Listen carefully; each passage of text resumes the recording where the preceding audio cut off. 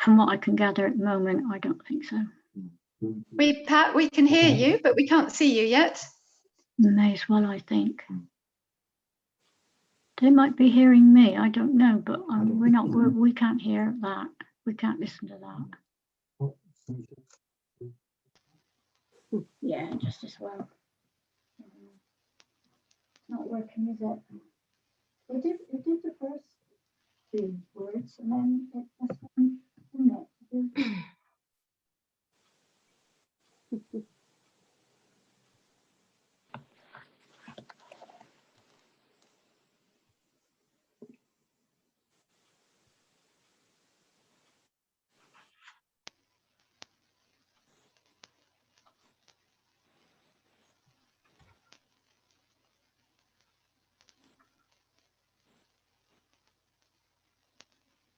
Okay, so one of the things I'm going to do in a minute is mute everybody and then ask you to unmute, Paul, and Roger to unmute as well. So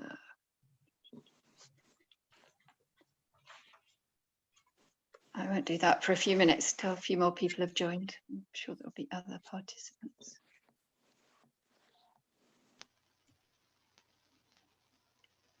Did you say Pat Martin had joined? Yes. Oh, I thought it was Pat Martin. She goes under the alias of Julia. That's right, yeah. So I don't know if J.P. Martin. you can hear us, Pat. She's just connecting to the audio.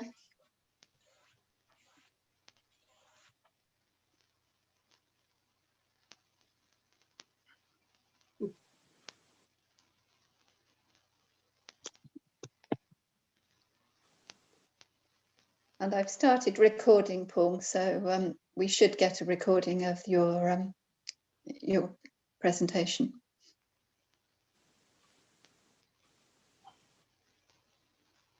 You still there, Roger?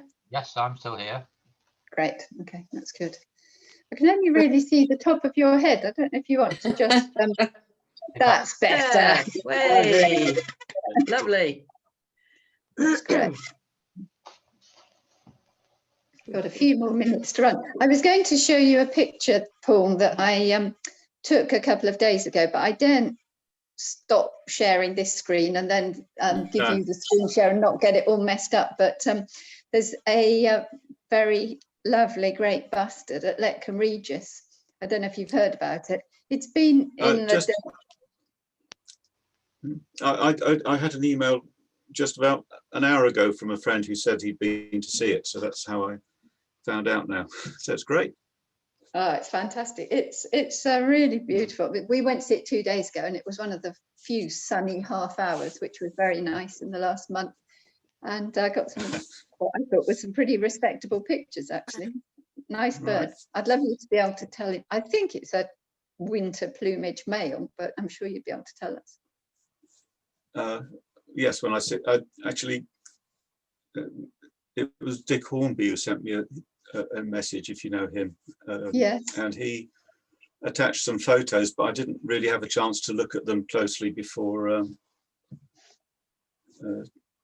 joining you here. Okay. Let's see. I'll have a look.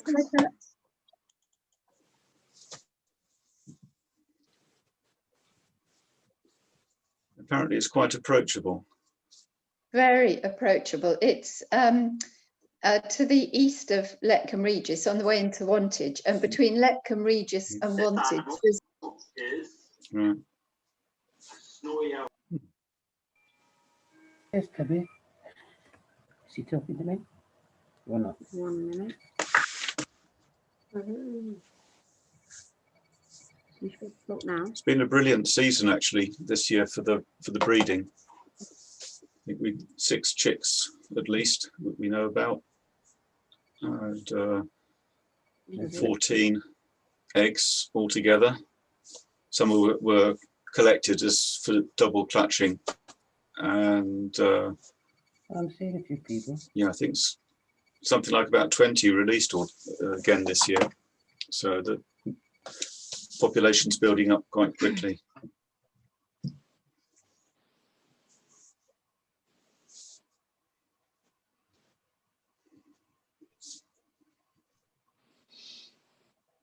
click it again, and then can you see Oh, that? so at the moment, until the meeting starts, You can chat, yeah. so they can hear you. Okay, yeah.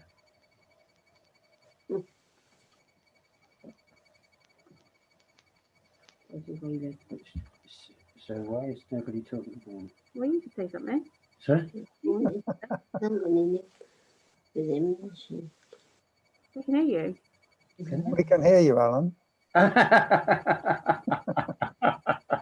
Are you supposed to?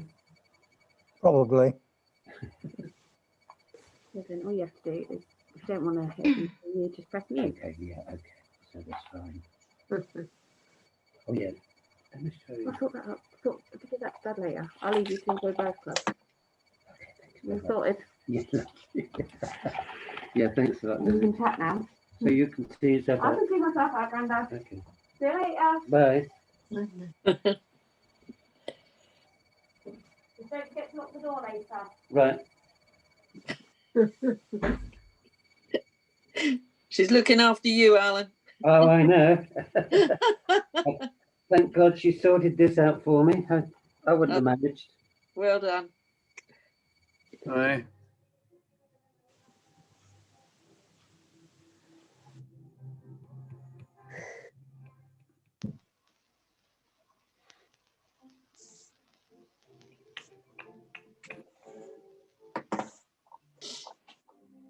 Oh, that's a young male bustard.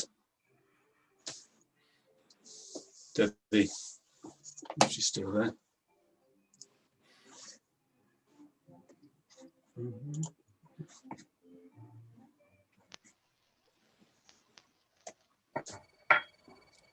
I can't hear you. Are you speaking, Debbie?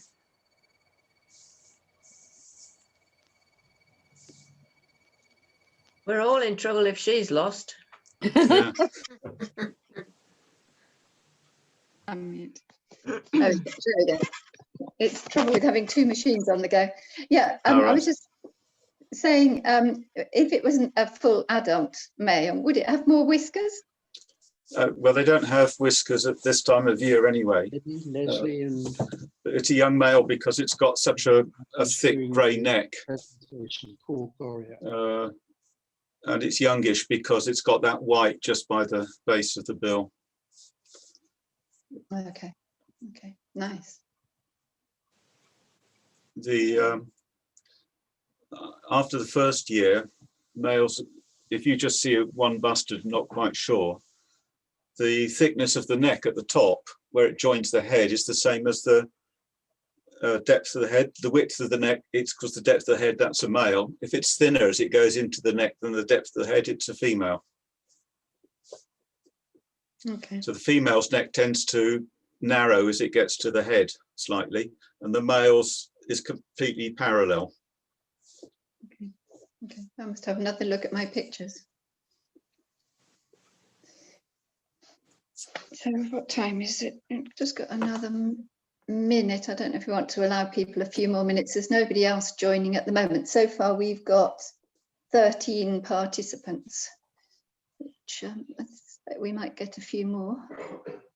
Can you just tell me who you have got, Debbie? Because I can only see 4 again. Okay, so I've got Mike and Mary, I've got Alan, Jan, Bob, Lyle, Renton, Terry and Leslie, Roger, Melanie, Adam, hi Melanie, and Pat. Graham Stewart can't make it.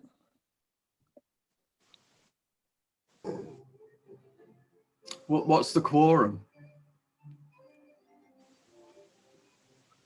I don't think it's very small. We aren't in any problems at the moment. That's good. That's good. So shall we make a start? What I'm going to do is mute everybody and then hand over to you, Roger, and then have you hand back to me for the Zoom introduction, if you're ready. Right, yes, I'm ready. Okay, so I'll mute everybody and then I'll ask you and Paul and me to unmute. Oh, we've got to unmute. Yeah. So you now need to unmute yourself. Can you hear me now? Yes. You'll pop up there, I suppose, when you're talking. So we'll see who's the person that's talking.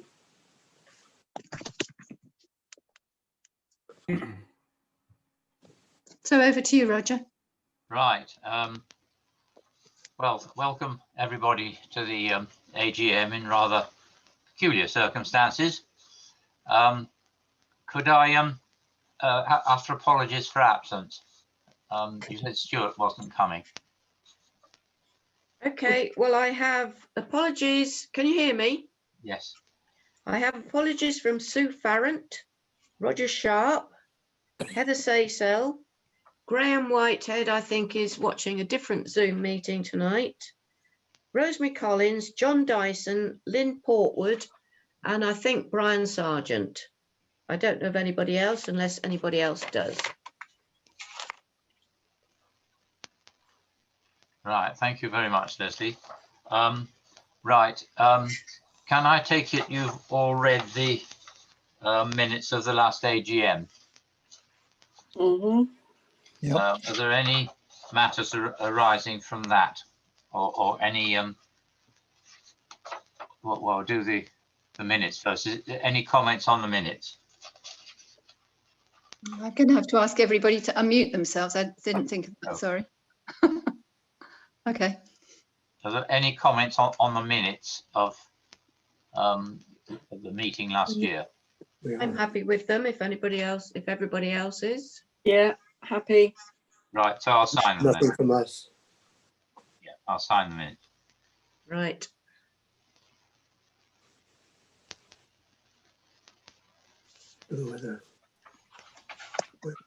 Right, thank you. The next things, matters arising.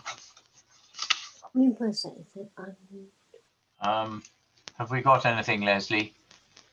Not as far as I know, and if not, then perhaps we can ask for a proposer.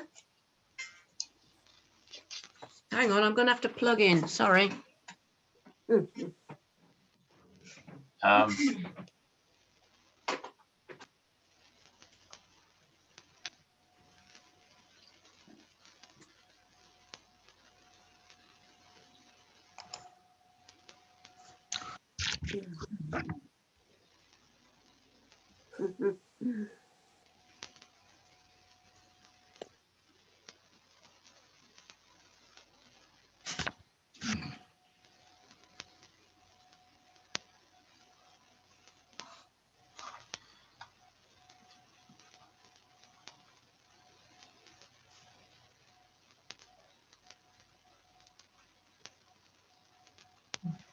All right.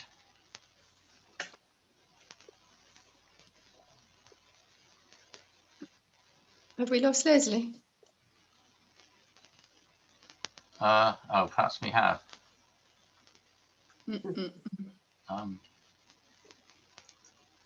Just give her a minute to rejoin if her computer's run out of. I press something and it's wiped all sorts of people out. Can you hear that? Yes, I can. I suddenly came on full screen. That was a shock. Indeed. Gosh.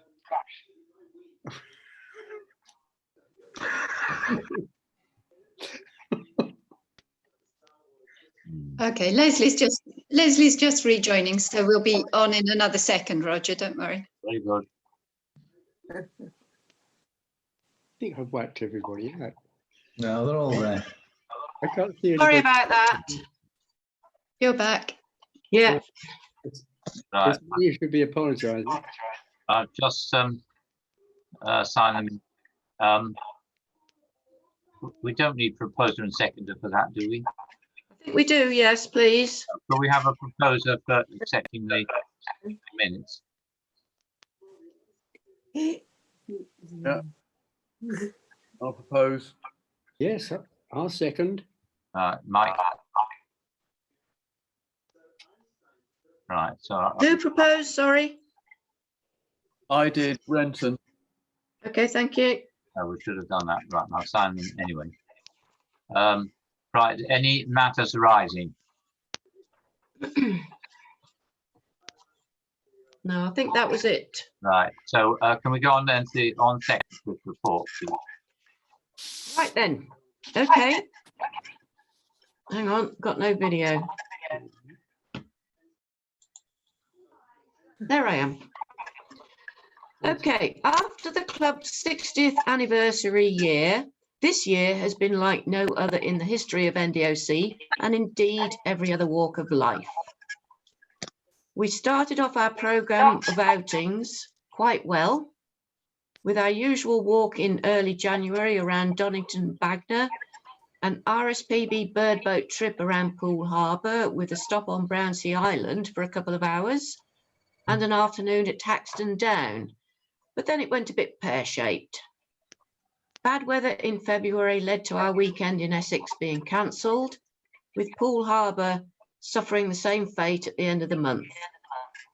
The last outing just before the pandemic lockdown was to Padworth Lane, when over a dozen members joined us, obviously thinking that this might be the last time out for a while, as indeed it was. We didn't meet outside again until Newtown Common in June for nightjars, when we could meet in groups of 6.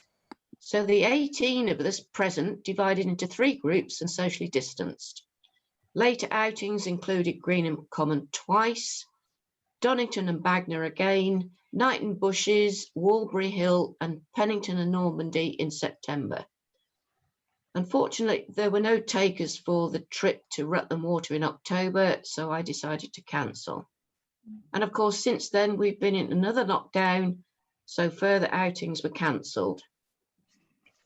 Members' afternoon in January was well attended as usual, with short talks on bird ringing in Mongolia, farm surveys on the Berkshire Downs, birds recorded at the Discovery Centre, and Varangia Fjord in Norway. We also heard from Mike Taylor about the cuckoo and house sparrow, including the accents. A great array of cakes and nibbles were brought in by members, so we thank them all, as well as those who provided the teas and coffees. Evening talks started with David and Nancy Massey with birding in India in February, but this unfortunately came to an abrupt halt after that with lockdown.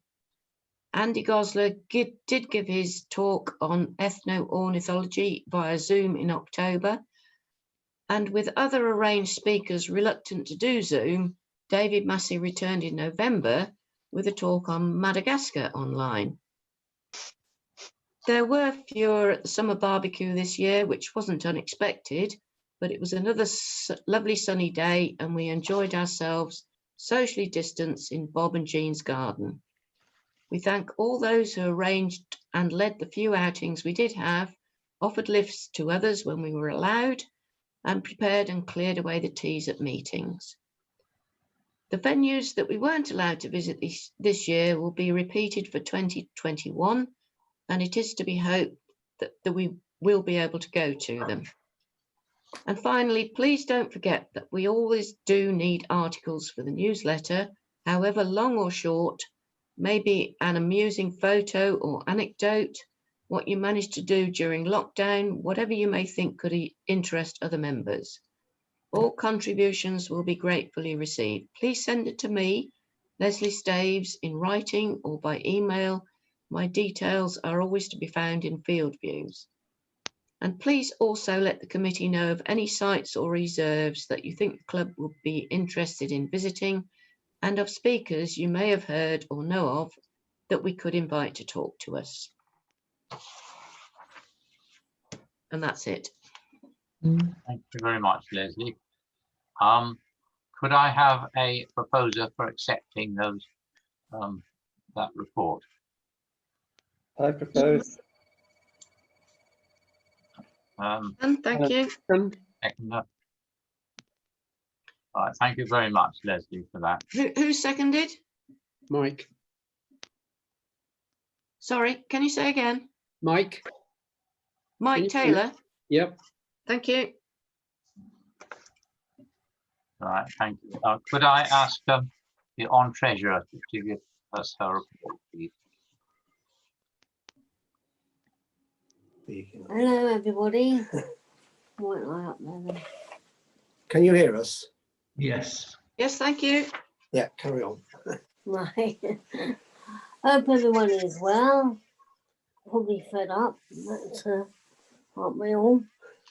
Now looking at the finances, at the end of October, the current account was 2,855.79p, and the business was 1,099 pounds 12p, which meant we have and taking all the figures out that we need to, we have a surplus of £391. I decided to sort of comment on a couple of things. The printing costs were double this year because we had the two reports. We had a loan from Berkshire Ornithological Club last year for 323, which we paid back. And we got it exchanged. And when we get the grant, they charge an admin fee, which was £48.31p. So I hope that explains anything you might not been sure about. If there are any questions, just ask. I'm not saying I'll give you the answer, but you can ask. There are a few members who have renewed, but under the circumstances, it's quite understandable. We have also lost a few members with them, I think, moving away or sadly passing away. At the moment, we have about 100 members in total, give or take a few either side. I'm not going to be increasing the subscription this year. I think actually when I looked at last year's minutes, I done it last year anyway. That's it for me, I think.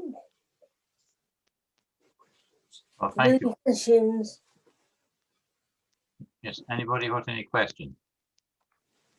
I do have a question from one of the members about the insurance. Yes. I think it's actually been the same ever since we took it out. Is that true? Well, it's certainly been the same since I've been doing it, yeah. Yeah. And it's not actually something we can do without, is it? Probably not, no. You know, it's like anything else. That something might happen if we cancel it. And we're not covered. So, you know, it's a problem paying out sort of £100 a year in security. I do remember we took it out when other groups were deciding they had to have insurance because of the prospect of liability, accidents on field trips, that sort of thing. And it was deemed that we should not do without it because if we didn't have any, liability could fall on the members of the committee. Exactly, yeah. So, yeah, I just want, because it was raised to me, I wanted to mention it. So, yeah. personally, I don't think we can do without it. No, I don't. I think it might be a foolish thing to do to stop it, and it stayed the same for many years. It's not being increased like in car insurances every year. Yeah, okay, thank you. Leslie, Yes, I actually think it's a legal requirement. I don't think we have a choice on that. I'm not 100% sure, but if we've got that group, then we do require a cover by insurance. It's like when you go into a shopping mall or into any building, or they have a certificate that says that it's liability. And with our group, I think, because we're an official group, I think it's a legal requirement anyway. right, okay. But I'm not sure, but that's what I think it is. Well, I don't think we're going to stop paying it anyway. No. So I think that's right. And like we said earlier, you know, for £100, I mean, it's peace of mind. Oh, definitely, yes. Yeah. I agree Definitely. with that. Right. Is that all for that then? Yes, do we propose a seconder? Oh, all right. Have we got a proposer and seconder? I'll propose Debbie. Second. That was Alan Lindsay. Thank you. Right.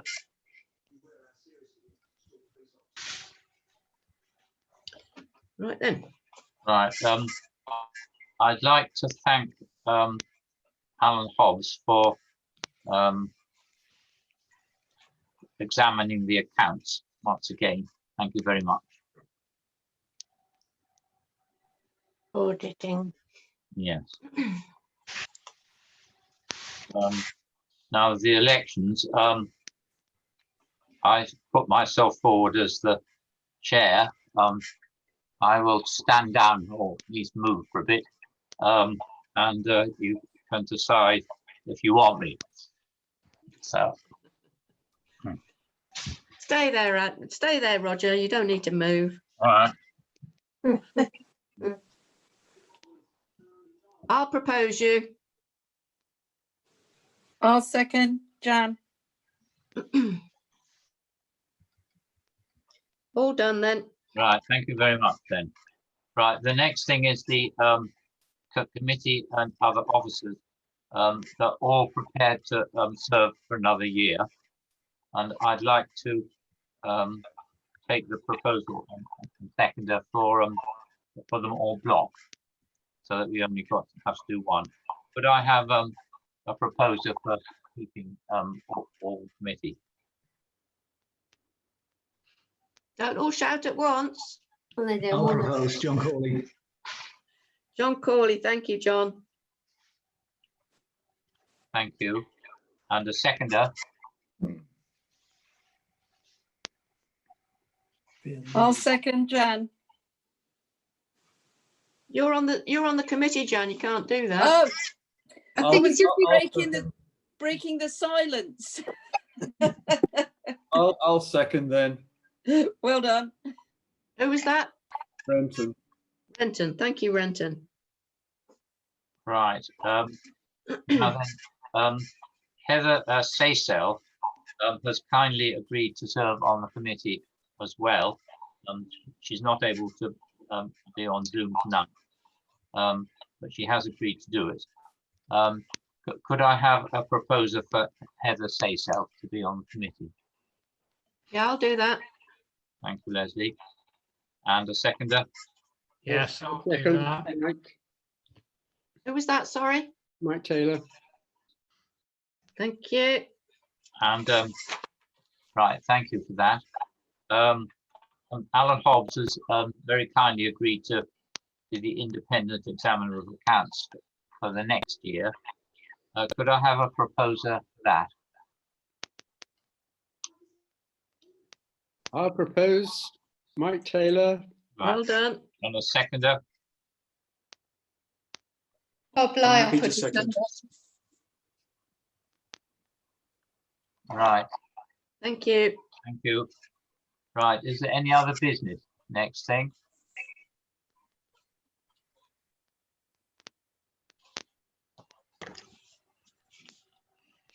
It seems to be the two people in particular I'd like to thank.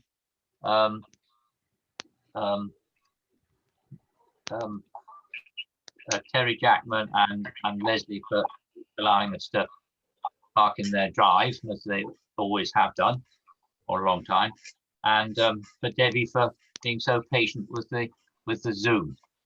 Yeah. And of course Leslie for doing everything. Right, thank you very much then. Is there anything else? Yes, I would like to. What are there any other comments from the members? Anything anybody wants to bring up?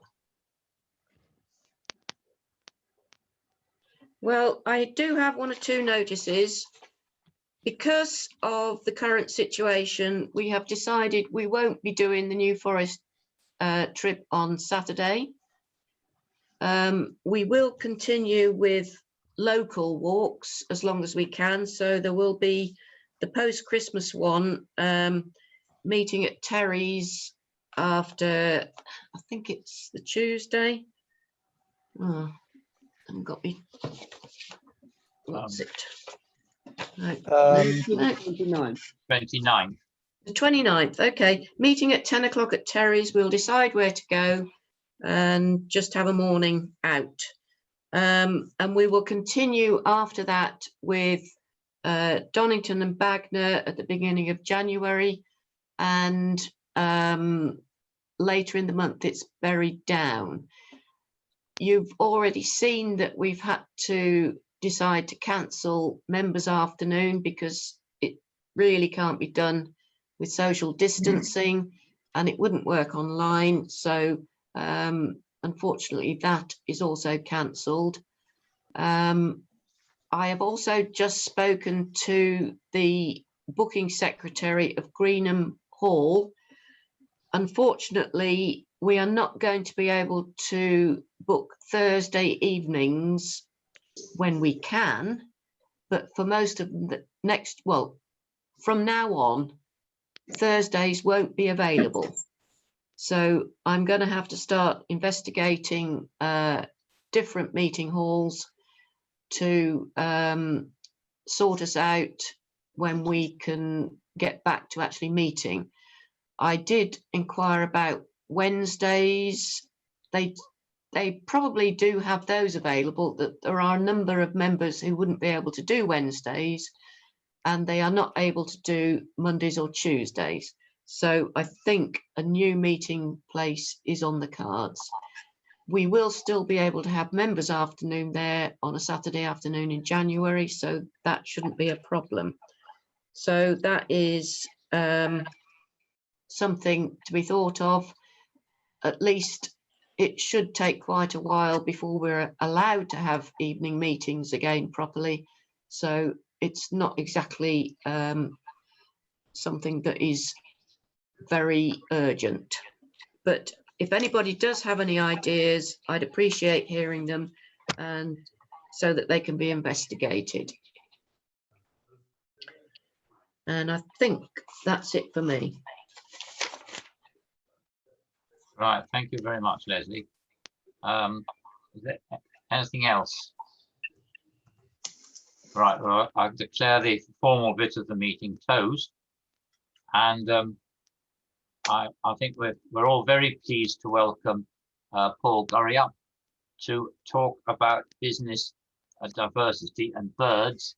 I think this is a new topic that I don't think we've ever had before, so we're all very interested to hear what he's got to say. Paul, yes. Thank you very much, Roger. So I will share the screen now and hope that that gets us started.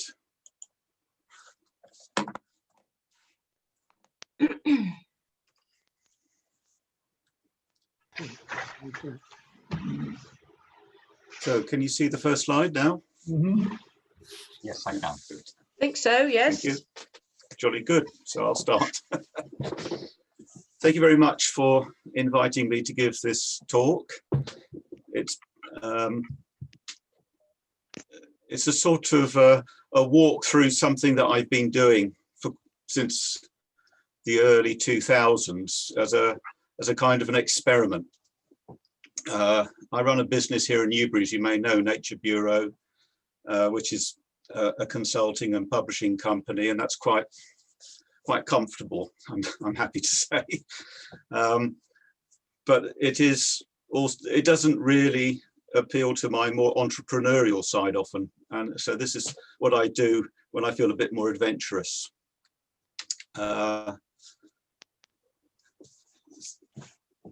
When it comes to business and birds, the sort of things most people, or that I've had to deal with in the past as a conservationist, a few topics. One is hunting, basically, and in particular with falconry. In the early part of my career, I was working in Pakistan and Middle East with falconers or against falconers. And the falcon business is a very big one. These two birds are probably worth, sakers are worth about $5,000 each. There's a big breeding business, particularly in the UK, which is one of the main suppliers of these falcons. They're reared and trained in Wales. There's another quite big one in France, and America also has quite a big operation. And when Arab falconers get going, they're after Hubara bustards in Pakistan, and they can have catches something like this during a week, several hundred Hubara, which is a bit disappointing, especially for those of us who are quite fond of bustards, let alone birds. Other bustards, of course, are still being persecuted. Illegal hunting in Russia still goes on, but this is actually a hunting tourism business, going out to Kazakhstan and Mongolia to shoot great bustards, highly threatened species, but these Russian hunters, they pay a lot of money for that, and clearly they think it's good fun. But in case we're too precious, there is an example from the UK, the red grouse, which is currently causing a lot of controversy here. And that is also an issue about big business and birds. Another area of business is the cage bird trade. On the left, that's a picture of the bird market in Jakarta. And below is the Bali myna, or Bali starling, which was actually traded to extinction in the wild not long ago. More or less exists only in captivity, and a few released birds now going back onto the island of Bali. It's an endemic bird there, much prized for its song and its ability to mimic. And then a cage full of budgerigars, your sort of stock in trade, literally. Another area where humans have quite a lot of business relationships with birds is in domestication.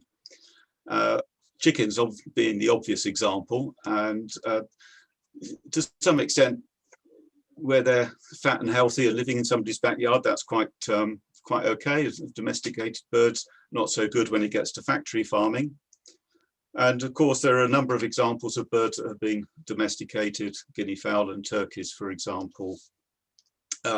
Some a bit newer, sorry, I keep pressing them. Like these emus in Bulgaria, as it happens.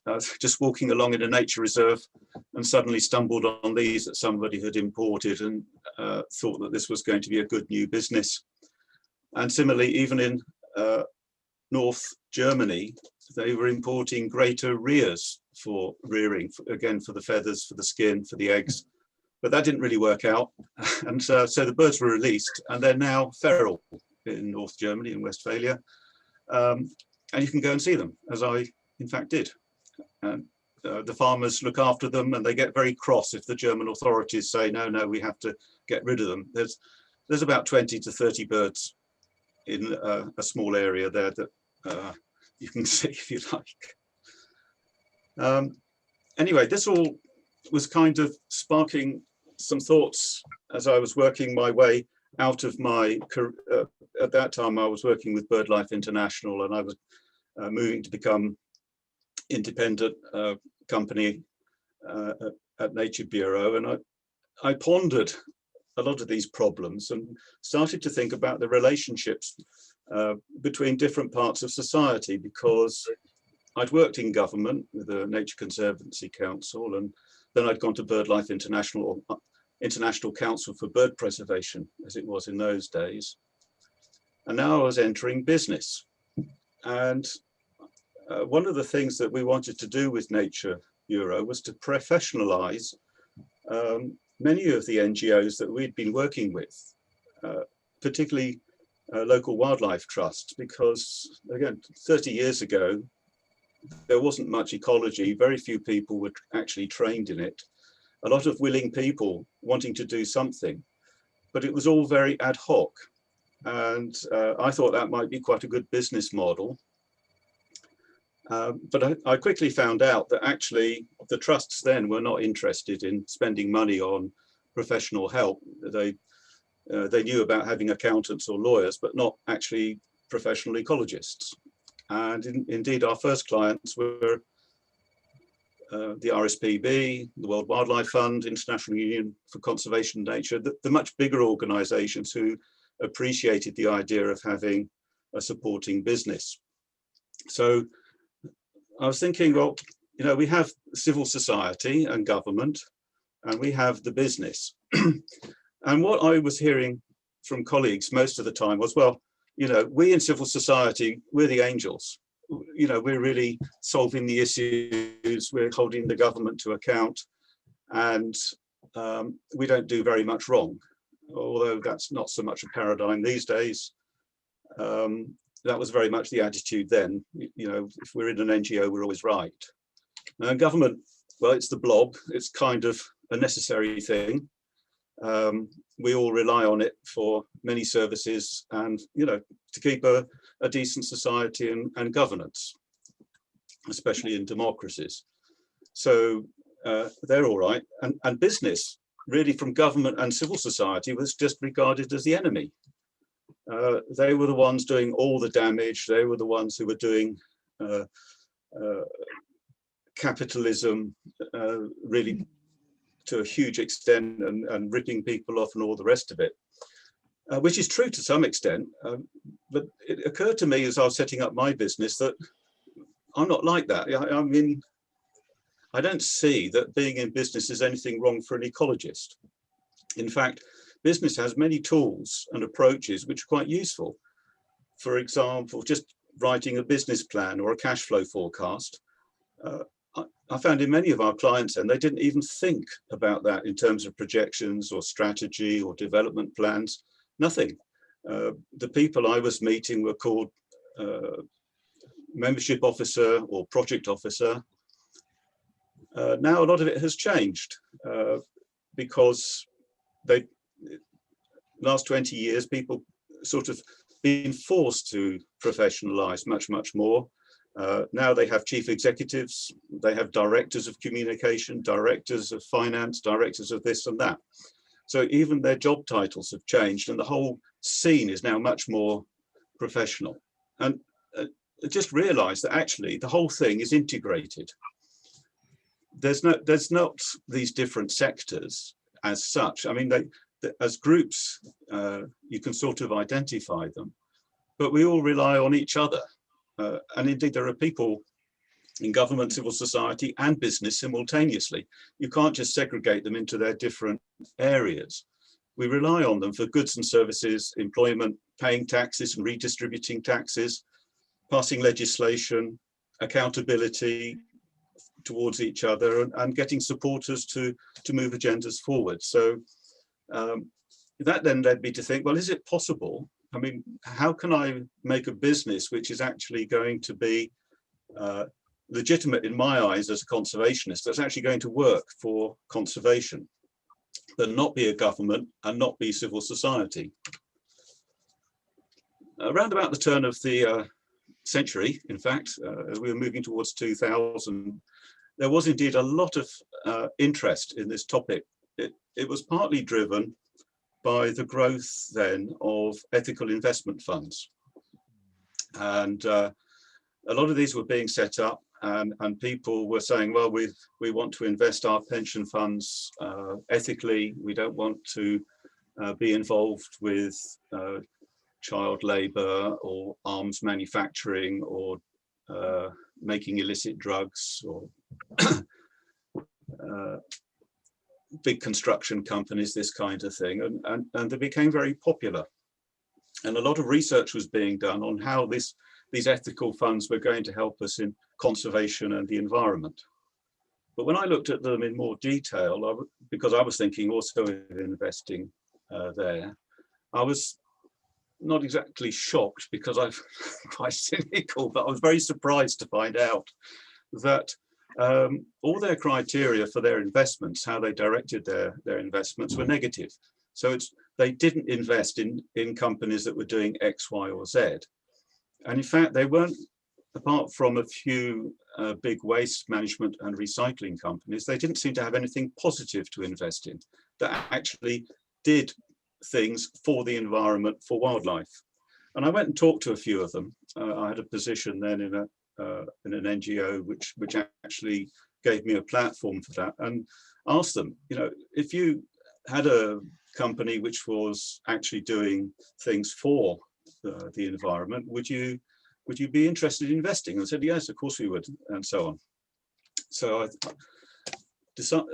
started thinking about more about what a business dealing with a positive approach to the environment might look like. And so these were the sectors: ecotourism, recreation, they were fairly obvious. Ecosystem services, which means owning land and managing it in a sustainable way. And then production, which is of course a tricky area, because we all depend on it for our food and health and well-being, but we also have to be careful how we do it. So livestock should be done in an extensive way, wild farming, for example. There are many things you can get sustainably by just growing them in the right way instead of intensively all the time.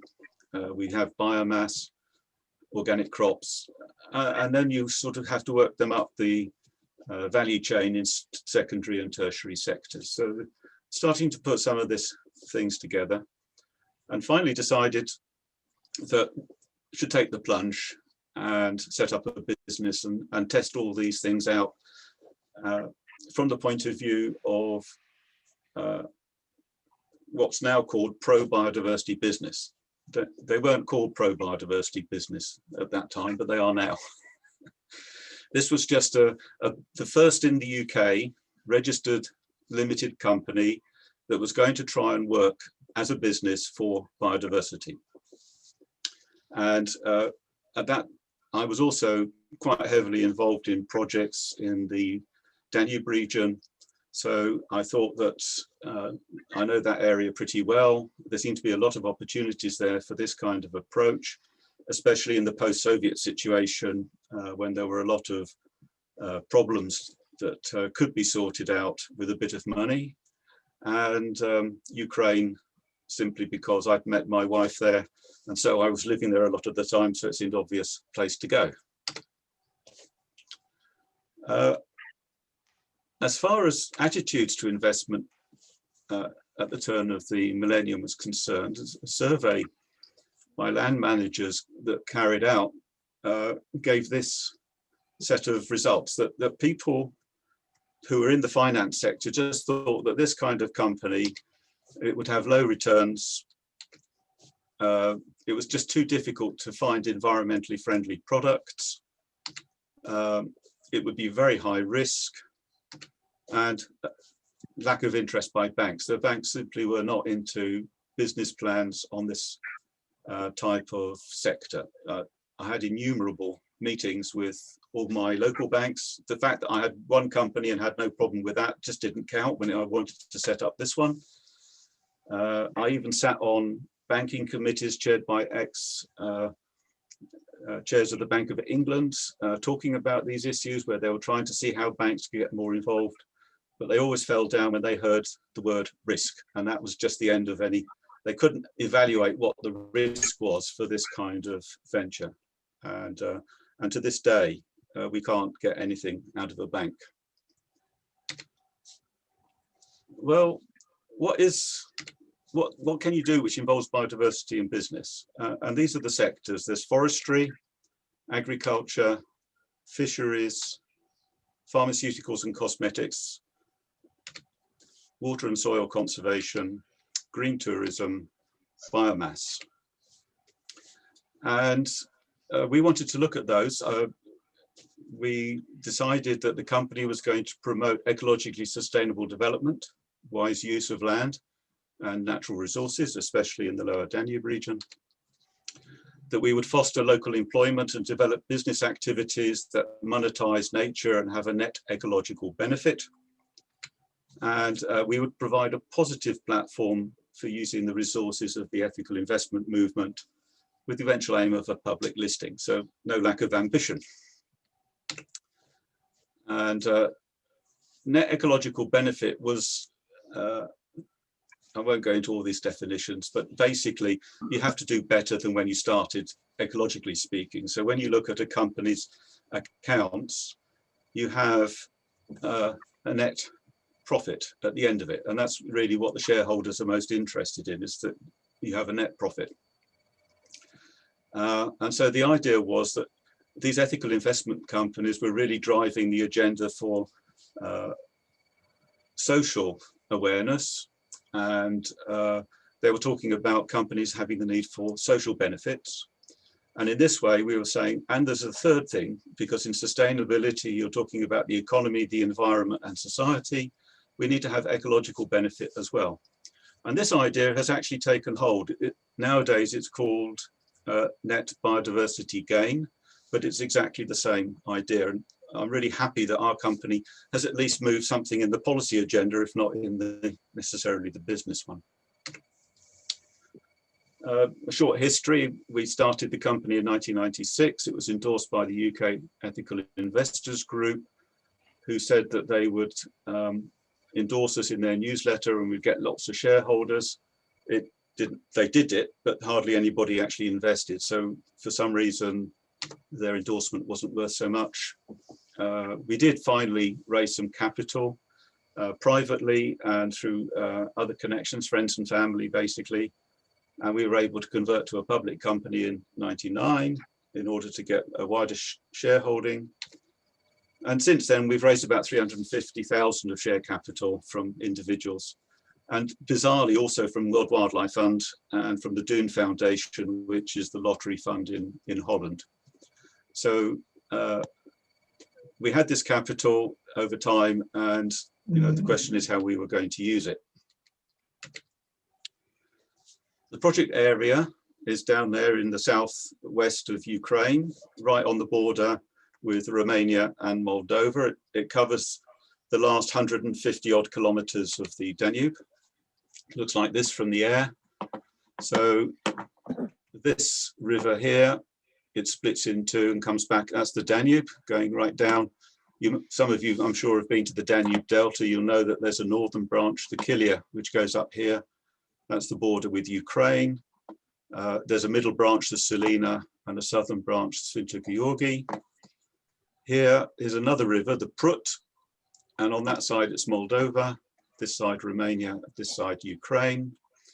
And these 5 lakes, Kitai, Katlabuch, Kugalui, Yalpug, Kartal, and Kargul, are huge floodplain lakes. In fact, these two are the largest freshwater, they're linked, so they're really one, but they call them separate lakes, are the 2 largest freshwater bodies, natural ones in Ukraine. And the distance from here to there is about 60 miles for reference. And later on, I'll be talking about a case study which is situated in the corner of this Lake Kargul. So you have an idea what that is. And all this green, that's reed bed. That's just the world's largest concentration, 350,000 hectares of it, and a lot of birds. It looks like this on the ground.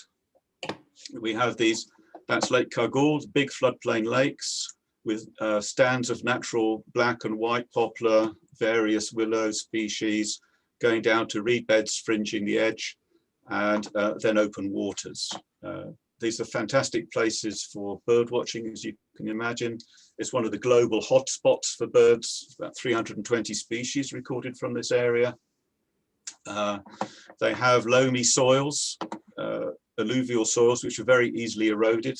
And so there are a lot of these cliffy gullies around, which are very attractive for migrants and for the hole nesting birds like little owls and rollers and bee eaters. Large lakes, which are very good for fish and pelicans. More shallow wetlands and grassy areas going into the steppe behind. This is the Pontic steppe. And quite a harsh climate. In winter, it gets down to -5, -10 in late January and through February, such that the lakes, which are quite shallow, not more than about 1.5 meters, and local people then go ice fishing. You're wondering where the birds are. Here they are. There's nothing that I enjoy more actually in the winters, watching the white-fronted geese fly in at sunset as they come in to roost on those frozen lakes. It's just an amazing sight. They're coming in from all directions on the adjacent farmland and going right to the center of the lake where they're absolutely safe. And on the ground, you get these great mixed flocks, grey lags, white fronts, and a few hooper swans coming in. Later in the winter, when the passage gets going, we get quite a lot of these red-breasted geese on their way back. We don't see them so much in the autumn, but in the spring they do come in bigger numbers on their way back to the Taymyr Peninsula in Russia.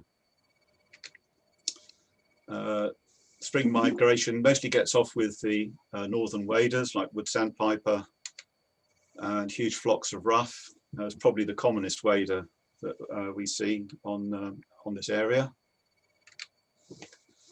Little gulls, also a nice harbinger of spring to come. Gargany, very familiar. Just absolutely amazing duck close up. Like most ducks, actually, they're incredibly beautiful and well marked birds. Ferruginous duck. This comes in quite some numbers in threatened species, which breeds quite a lot around the Black Sea area and also breeds on our lakes. The great white egrets starting their spring displays, just prancing up in the air, and just amazing to watch them dancing, and it really is like a ballet. And then the pelicans come, and then you know that it's getting in now into mid-May, and the summer is going to come. They feeding around in their quite big flocks. We have Dalmatian pelican as well. Other species which are coming in to breed: glossy ibis, spoonbills, whiskered terns. They nest on these lily pads in quite large colonies. This is the commonest inland tern, hundreds and hundreds of them on the lakes.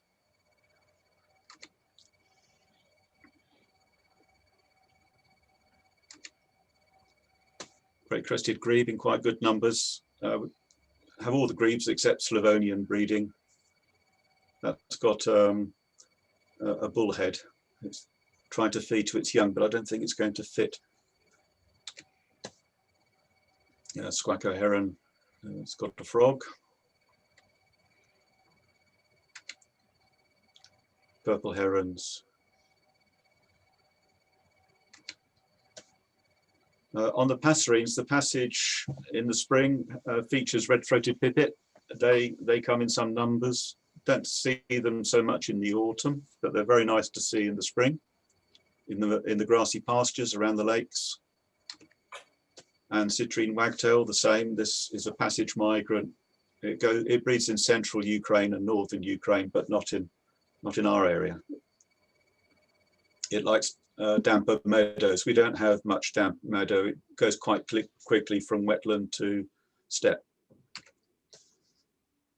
These are our two breeding wagtails, yellow wagtails. That's the blue-headed, the nominate race on the top, and the black-headed flaver on the bottom. So we have an overlap zone here of breeding birds, and there seems to be some hybridization. You can see individuals which look a mixture of the two, which are called Dombrowski. So they have, the crown is much darker here and a bit of an eye stripe, but they don't have the laws, and they have, it's all just darker and a different yellow color. It's a bit odd, that one. Blue throats come, irregular breeder in our area, but again, they're more numerous a bit north of us. Oh, cuckoos. It's such amazing that we've lost this bird practically in the UK, and they're so common around our lakes, parasitizing the reed warblers, just everywhere. Lovely to see them. The predators of the reed beds were marsh harrier, of course. It's the main one, more or less resident, actually stays during the winter. Sea eagles, we have about 4 or 5 breeding pairs. This is obviously immature, but they're a reasonable population for the length of the river. This adult being chased by and then chasing an adult Montague's marsh harrier. Yes, a male marsh harrier. And as the summer goes on and we get towards the autumn, as ospreys drop in.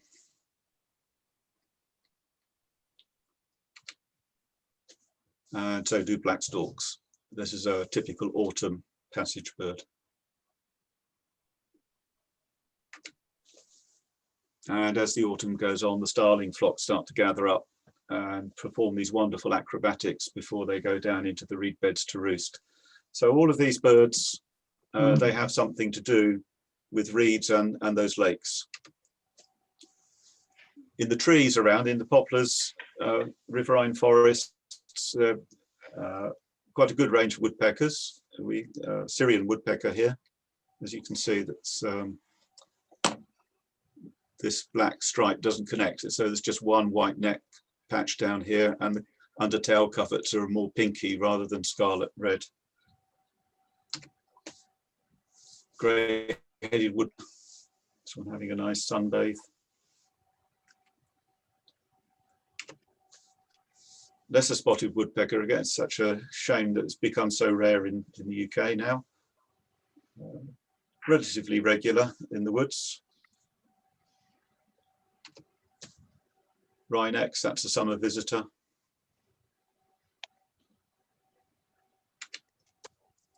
And icterine warblers.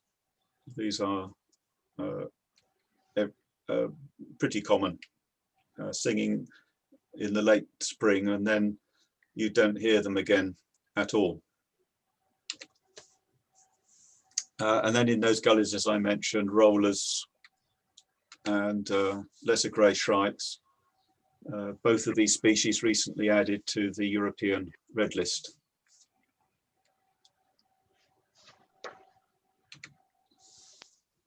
Now, I mentioned about biodiversity, so these areas are not just important for their birds. There's a whole load of other organisms which are important there, threatened in most of Europe, but still relatively abundant in these Danubian lake area, like whitewater lily.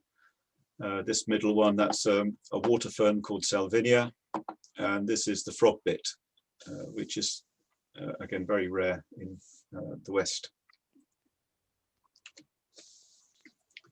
Catfish, European Wels catfish, and wild carp also gather a lot. And catfish is a threatened species, although it's widely caught and eaten in Ukraine, and caught in the rivers, not bred. Amphibians, the fire-bellied toad at the top left, tree frog in the middle, and at the bottom right is black is the Danubian newt. It's a local indigenous species. European pond turtle, also threatened red data book species, relatively common, and sadly something that's quite often seen as roadkill. Grass snakes, they're not threatened. They are, though, amazingly common everywhere. You can see them on the edges of the lake banks. They're very aquatic here. They hunt frogs mostly. Will take a small fish if they can get it. And in the late summer, when the water's nice and warm, it can literally swarm with grass snakes and a closely related species called the whip snake. And other things, beautiful damsel flies, scarce swallowtail. There's a lot of, I mean, it's just a lot of everything. It's really an amazing place to be. I just love being in there. So, I think this might be a point to take a break. I can carry on for a few more minutes if you like, and take a break a bit later on. How do you, what's the deal, Debbie? I think I've had 20 minutes more or less now. I think it's up to you, Paul. I think we'd like just a 5-minute comfort break and a chance to chat, whichever you think is the best timing. Should we do it now? I think it's good now, yeah, because it breaks quite well now. Okay, so everyone, we'll take just a 5-minute break, and then there's a chance to chat if you want to, and we'll come back at shortly after past:30.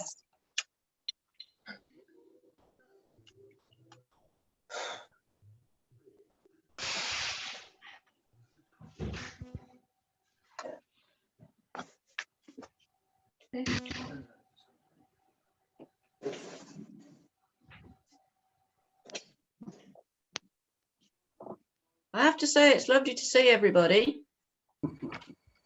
Yeah. Lovely to see you, Leslie. And you, Leslie. I can't see Melanie or Barbara because you haven't got your video on.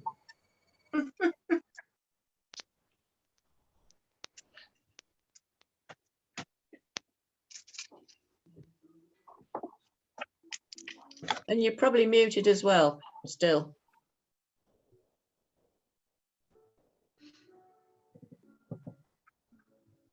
Never mind.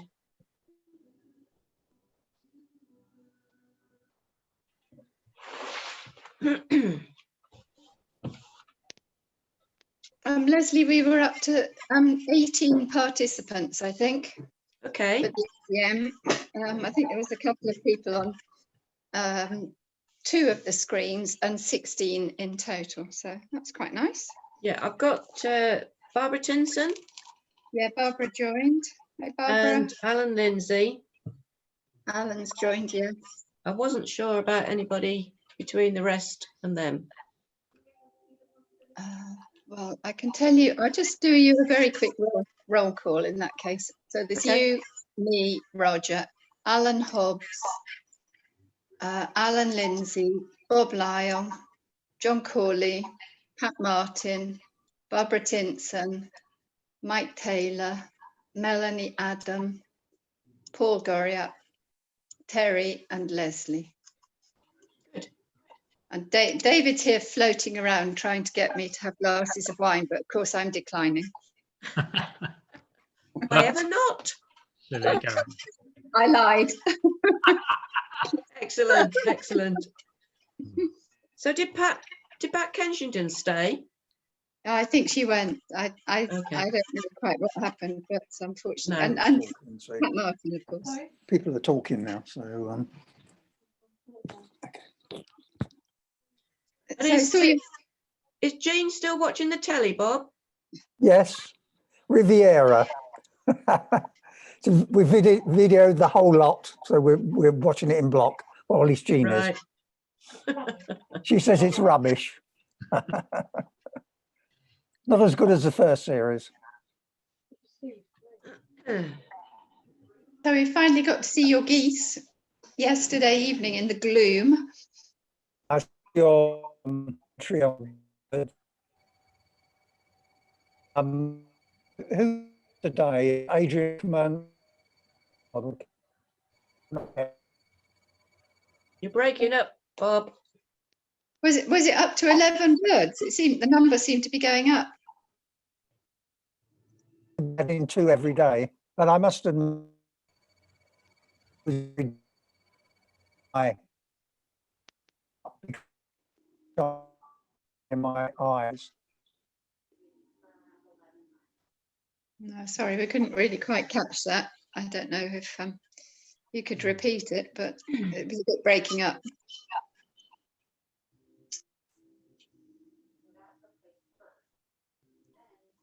I think when it's our old friend, the bandwidth problem. Yeah. You didn't go to see the bustard, Leslie? I'm afraid I didn't. My son came to do some jobs, so I thought I can't very well go out now. No, fair enough. And it was too wet today. I think you've got time, unless something awful happens. It probably is going to spend the whole winter there. Oh, let's hope so. Yeah. I usually go along the day it disappears. No, you don't. You'll be all right. So many times that has happened. Oh, you should have been here yesterday. Yeah. True. True. I must say, I think it's a very interesting talk, this. It's a really new angle on things. I'd never quite fathomed what field fair was all about, and it's quite imaginative and innovative. I take my hat off to Paul with it. Yeah, I think so. Yeah. I just assumed it was a publishing company or something. I think that's the Nature Bureau side of things, but yeah, I think this is very interesting. I think it's on the cards to have a trip there sometime when we're allowed. And when will that be, by the way? Who knows? I think the Essex trip is looking a bit iffy because I think the numbers are getting worse in Essex at the moment, according to the news tonight. Well, it's up to you, Bob. You've got to. Well, I'll wait make till the after choice. Christmas. Yeah, I'll wait till after Christmas. Yeah, okay.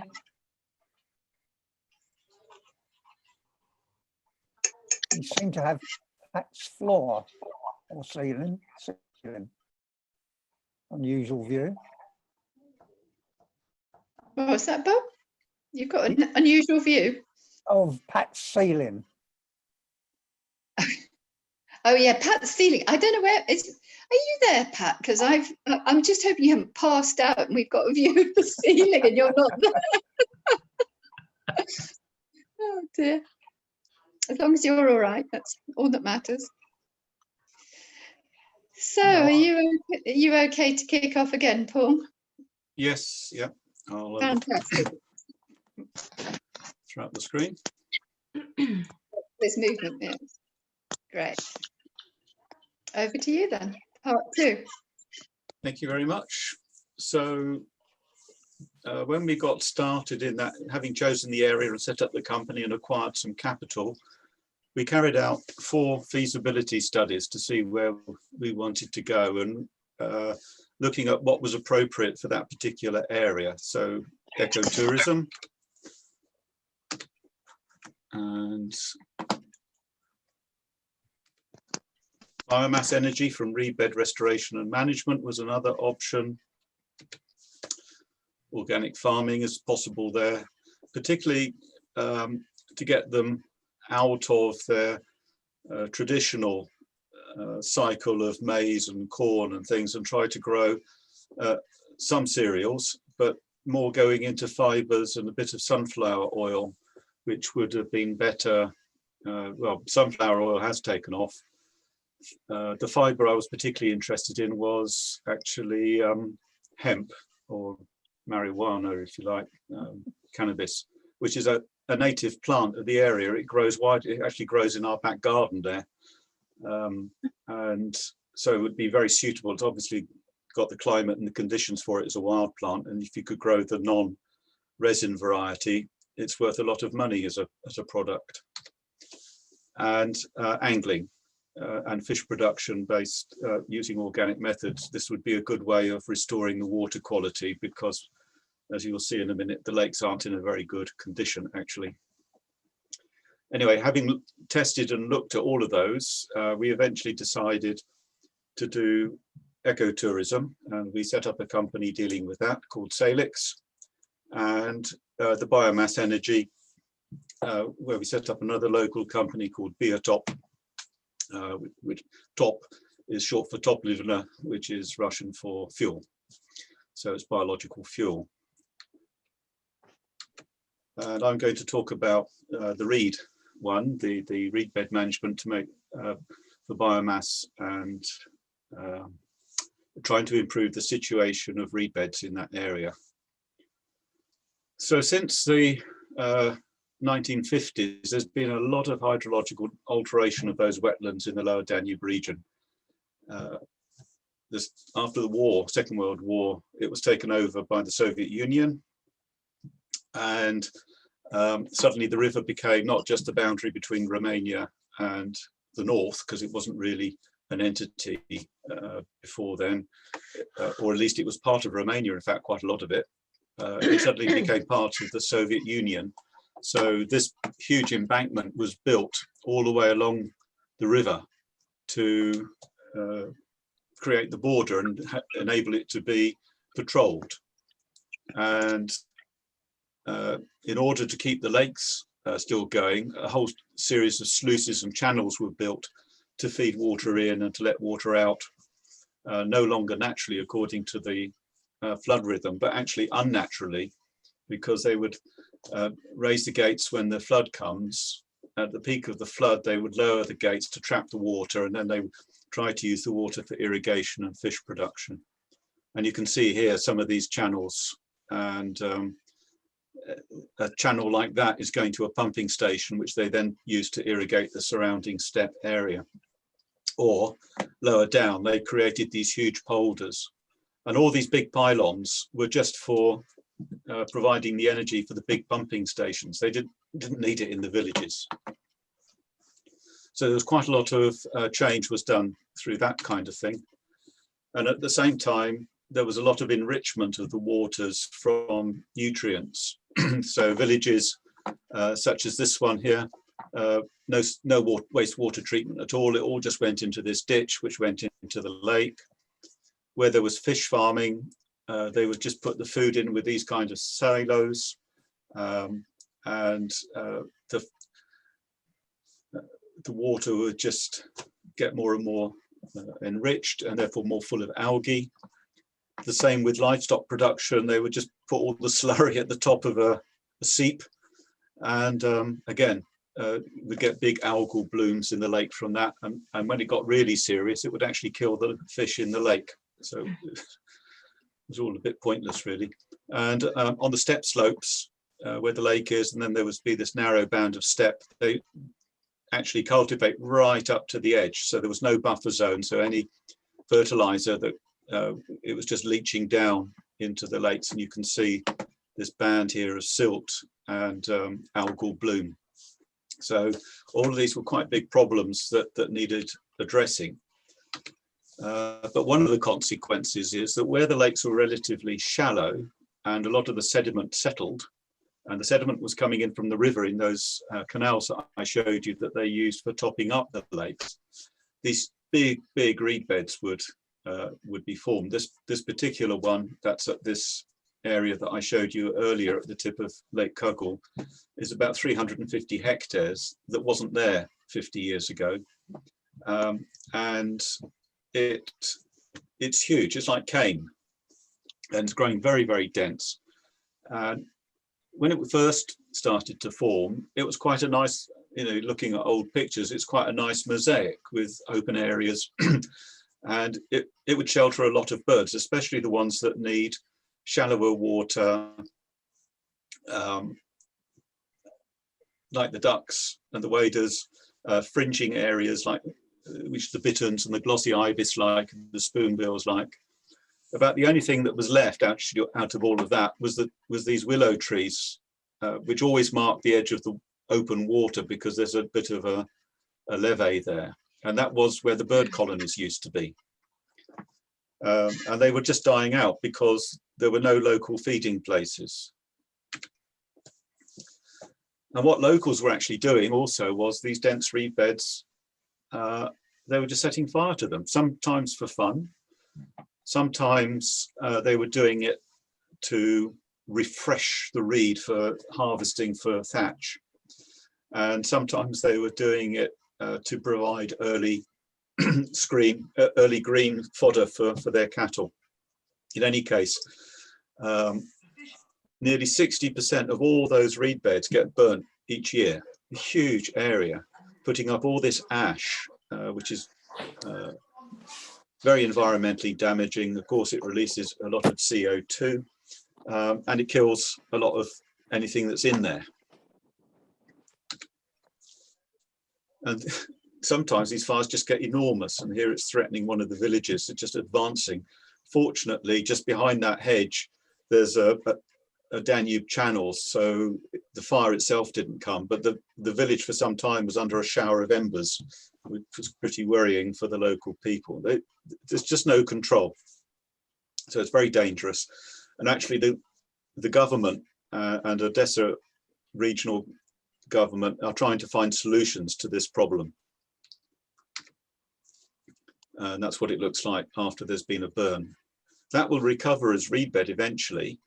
But what it's done, it's taken out all the diversity of the reed and just created, this will all grow up as a single age stand, which is not biodiverse. And as you can see, it's also exposed the reed bed, so there's a lot of evaporation and it's drying out. So we decided to have a go at what you need to do if you want to have good reed is to cut it on a kind of mosaic and rotational way, so that you've got lots of different age stands. It's like you'll see in Minsmere, you've got the scrape, you've got young reed, you've got old reed, you've got decaying reed, because different animals and birds and plants favor these different conditions.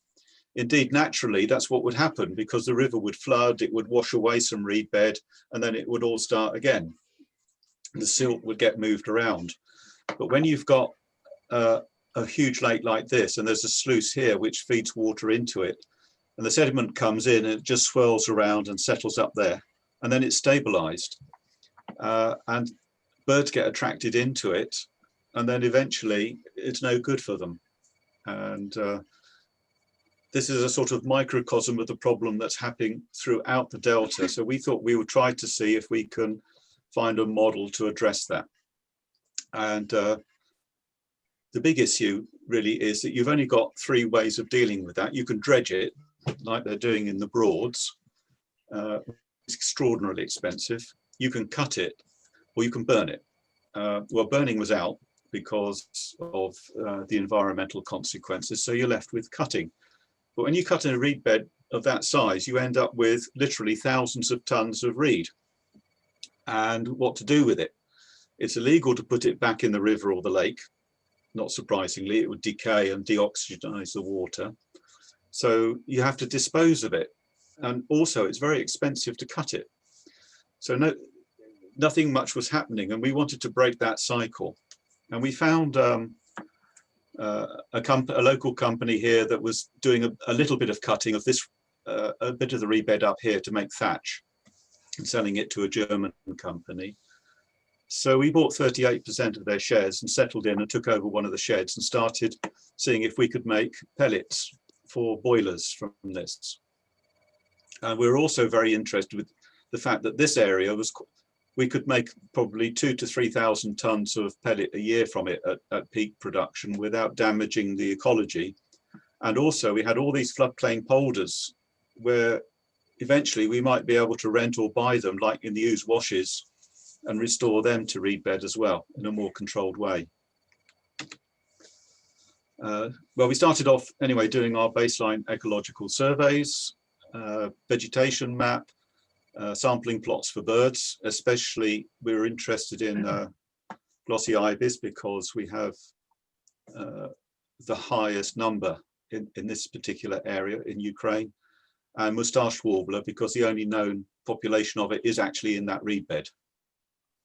And I only found that out after we started working on it, when I got some local ornithologists to start monitoring. And when I saw this in the species list, I said, "You are joking." And I said, no, it's there. So it was a bit embarrassing that I'd missed it. And I went out and then, yes, I heard them. There you go. So we bought in a series of steps, we set up a harvesting and pelleting line. This is our big harvester, and hopefully this will work. It is exhilarating to ride on our biomass harvester as it moves slowly through the reed bed at Lake Kagor near Reni in Ukraine. We harvest in winter when the water is frozen and there are no birds nesting.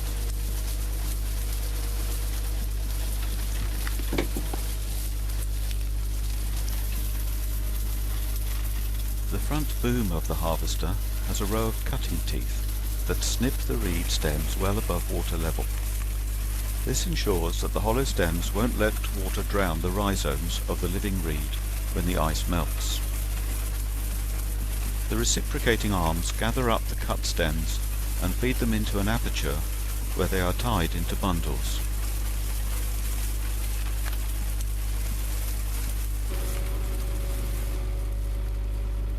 The bundles, which weigh about 5 kilos each, are tossed behind to the flat bed where they are stacked. The harvester can hold up to 600 bundles or 3 tons of reed. Good. I hope you all managed to hear that. So the next stage after taking all of this reed is to shred it and put it into a pelleting machine. But I'm not going to show you the details of that for commercial reasons. So anyway, but this is the chart. It's probably a little bit small on the screen. I'm sorry, but the thumbnails will show you what's going on. We start off with a thick reed bed. In that type of reed bed is very vulnerable to burning, as we saw in the slides, and it's eliminated spoonbills and glossy ibis as breeding birds from there. So we cut it using that machine you've just seen, and we cut it in such a way that we create open water areas. And this brings back the ferruginous ducks, and it also actually brings back eagles because they predate on other water birds that are coming in here, like coots. And it's also quite good then for providing areas for amphibians and fish, which attract herons.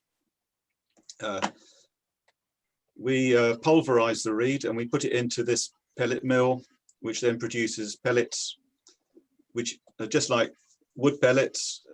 And we sell those to a local guy who runs a gas showroom.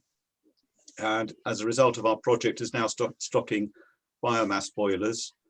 And he has our pellets on display, and these pellets are then sold on to people who want to burn it in their biomass boilers. And interestingly, this one belongs to the local fish company. And this is good for us because it provides an income. By selling the pellets, we can actually afford to do all this harvesting and milling. It's also environmentally good because we're getting the wildlife back, and our tour company, when it can operate outside of COVID, has something to show our guests. And it's a closed carbon cycle for the fuel, that bit of it, which eventually will earn carbon offset credits. So that's the business model that we developed that allows us to manage this reed bed in a way which is self-sustainable financially and is also delivering biodiversity. And that's what we wanted to do. And this is a working model which is being adopted in other parts of Ukraine now. Interestingly, this machine, this pellet mill, is actually made in Ukraine. And it's designed to deal with this kind of material. So that's kind of nice. We like that. And basically, that's the story. There's our one of our open areas with quite a colony of black-headed gulls. In there will also be black-necked grebes, whiskered terns, black terns. I'm there, so there's no glossy ibis or spoonbills or pelicans, but they're all there. There's common terns also. I see some common terns here. They're also in the colony. So there's lovely mixed colony. And if I stop the share and just say, finally, we haven't stopped at pellets now. We're starting a new product because after the elimination of single-use plastics, there's become a really big demand for drinking straws. And here you are, Britain's first reed drinking straws, which we're starting to manufacture at our site. And they're absolutely super. They've gone down really well with high-end bars in London who think they're really sexy and cool, especially the nodes where the leaves used to be, because they're actually individual. You can recognize your own straw. They're not, and they actually reusable, just like bamboo, but they're much more tactile than bamboo, and they're a natural European product. So look out for those soon. Thank you very much. Oh.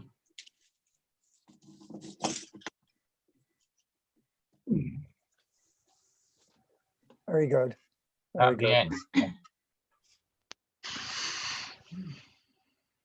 Yeah.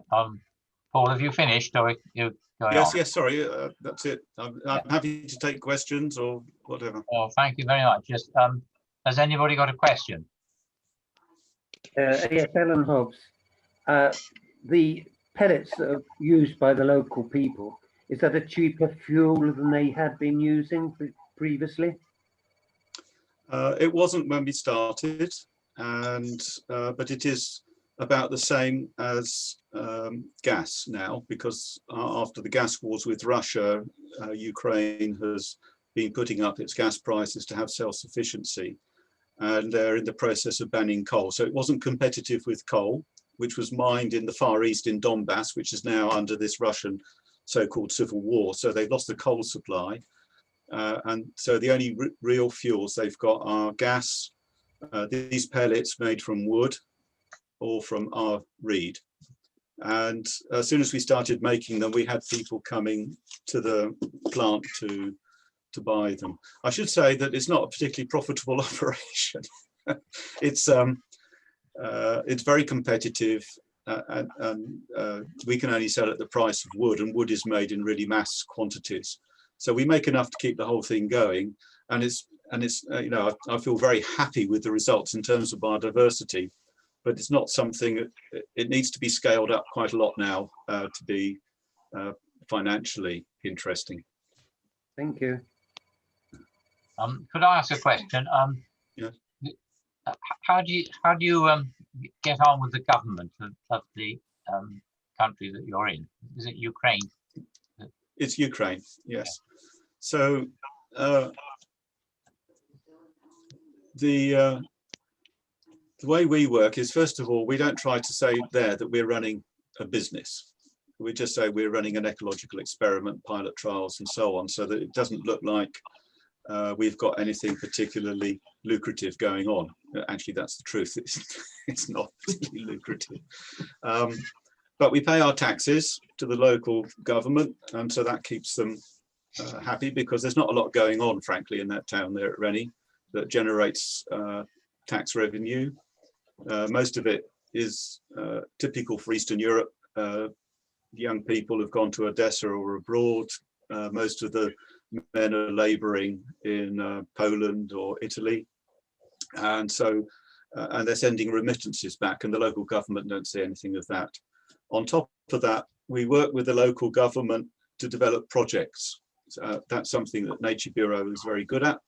So we work with them to get EU grants for waste recycling or renewable energy, and that's the kind of quid pro quo, you know, that they support us, and we don't have to pay bribes, frankly, but we do this pro bono work to help them get grants.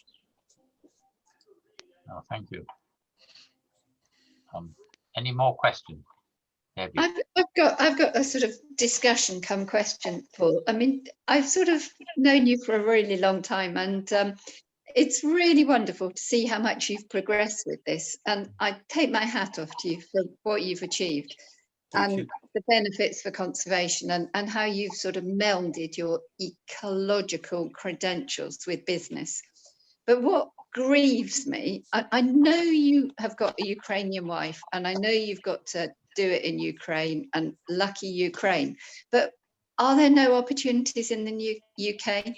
Can you not open up a line of, sort of similar entrepreneurial spirit in the UK? Because I see that, although, having spent my career in the blob, as you described it, I do see the blob has sort of morphed a bit since you left.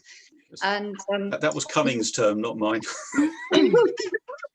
It's true, but we've got biodiversity offset, we've got natural capital, we've got a whole range of income streams which business can deploy. And only today I was talking to one of our local treasures who's a sort of a farmer, but is now very dedicated to conservation. He was telling me about one of the big estates which is now putting more and more land to conservation. And I said, well, is he going to have a conservation manager as well as a farm manager? Oh, we hadn't thought of that. They really need help. They're good business people, but their business has been in different spheres of utilizing the products of the land, and they need help. They really do. Yeah. So help us. So, well, quite a large number of points there. The first issue about doing these kind of projects is that apart from Scotland and more or less and certain parts of Wales, there's no scale of habitat left in Britain. So that's a 350 hectare reed bed, which is the smallest economical size. There isn't a patch. Somerset Levels, the Fen projects, I've talked with them, and when they get to that scale, and we can harvest in a commercial way, because all that technology, all that design was done in the Broads. I didn't invent it. I just imported it after a lot of work with them, seeing how they were doing it, and then we adapted it to the local conditions. It took about 10 years. It wasn't an easy job, but the fact is you've got to have scale, and in the Danube Delta, you can get it. And one of the things about Eastern Europe is that whilst they were not particularly good on their agriculture and they did a lot of damage, nevertheless, when they set aside a protected area, they literally set it aside. There was nothing. They've got millions of hectares under protection, and we don't have it in Britain. What we're doing is trying to recreate some of that now through this carbon problem for climate change, planting millions of trees, which we chop down to try and revegetate the moorlands, which have been so badly damaged with grouse shooting, burning practices that have led. I can't tell you, I was aghast. I went back to the Peak District after about 25 years, and the amount of erosion up on those hills, I can't understand why Britain wasn't prosecuted by the EU for that. Every other country I've been in, they would have been in court for that kind of damage. It's just astonishing. And what we're doing now is we're working with farmers to deliver these environmental land management schemes. And what's happening is under the Agriculture Bill, which is supposed to be doing all of this. And indeed, DEFRA and Natural England are trying to put in I think it actually is in the legislation that these schemes have to be monitored or designed by duly qualified ecologists, which is code for the Chartered Institute of Ecology and Environmental Management, of which I'm a member. Any professional ecologist has to be a member of it. So that's good. But they have a trapdoor in that legislation in Article 4, which says that none of this should get in the way of farmers being able to produce food sustainably. the problem with that is that when you look at the preamble to the Act, there's definitions for everything except sustainable. So we don't know actually what sustainable means. And it's just, we're just going to see the landowners, frankly, once again, getting lots and lots of money and not delivering very much. So all these farmers have these big schemes, I know, and rewilding with here and there, and some of them will do it. But I don't see, the only thing that's going to drive British agriculture into a more sustainable form of management is when we leave the EU and we can't export our sheep anymore, and they all have to be taken off the uplands, frankly. And secondly, now that we have a free trade agreement with Ukraine, which is the world's biggest exporter of wheat, and it stops people growing wheat on the Chilterns, then we might see some change. And then we might see a room for people like me to come in and do biodiversity things which are not to do with tourism or well-being, you know, done on a very small scale. Yeah, well, I knew it wouldn't be simple, but you're the sort of guy at least who can articulate what needs to be done. So thank you for that. Thanks. Thank you. Anything else? Can I just ask what the climate is like in the Ukraine? Well, Ukraine's quite a big country. Well, where you are, the Danube Delta then? The Danube Delta is on the same latitude as Rome. It's not quite a Mediterranean climate, but it's a bit colder in the winter and not quite so hot in the summer. But there isn't much of a spring and there isn't much of an autumn. You know, like the Mediterranean, winter doesn't last it goes from like middle of November, gets very cold in February, as I said, -10 for a few days. The sea can freeze because the Black Sea is not very saline. By the end of February, everything is spring, and practically by the end of March, you can feel the summer coming. And then it's summer really from May right through until October. And then there's a short autumn, and then it gets...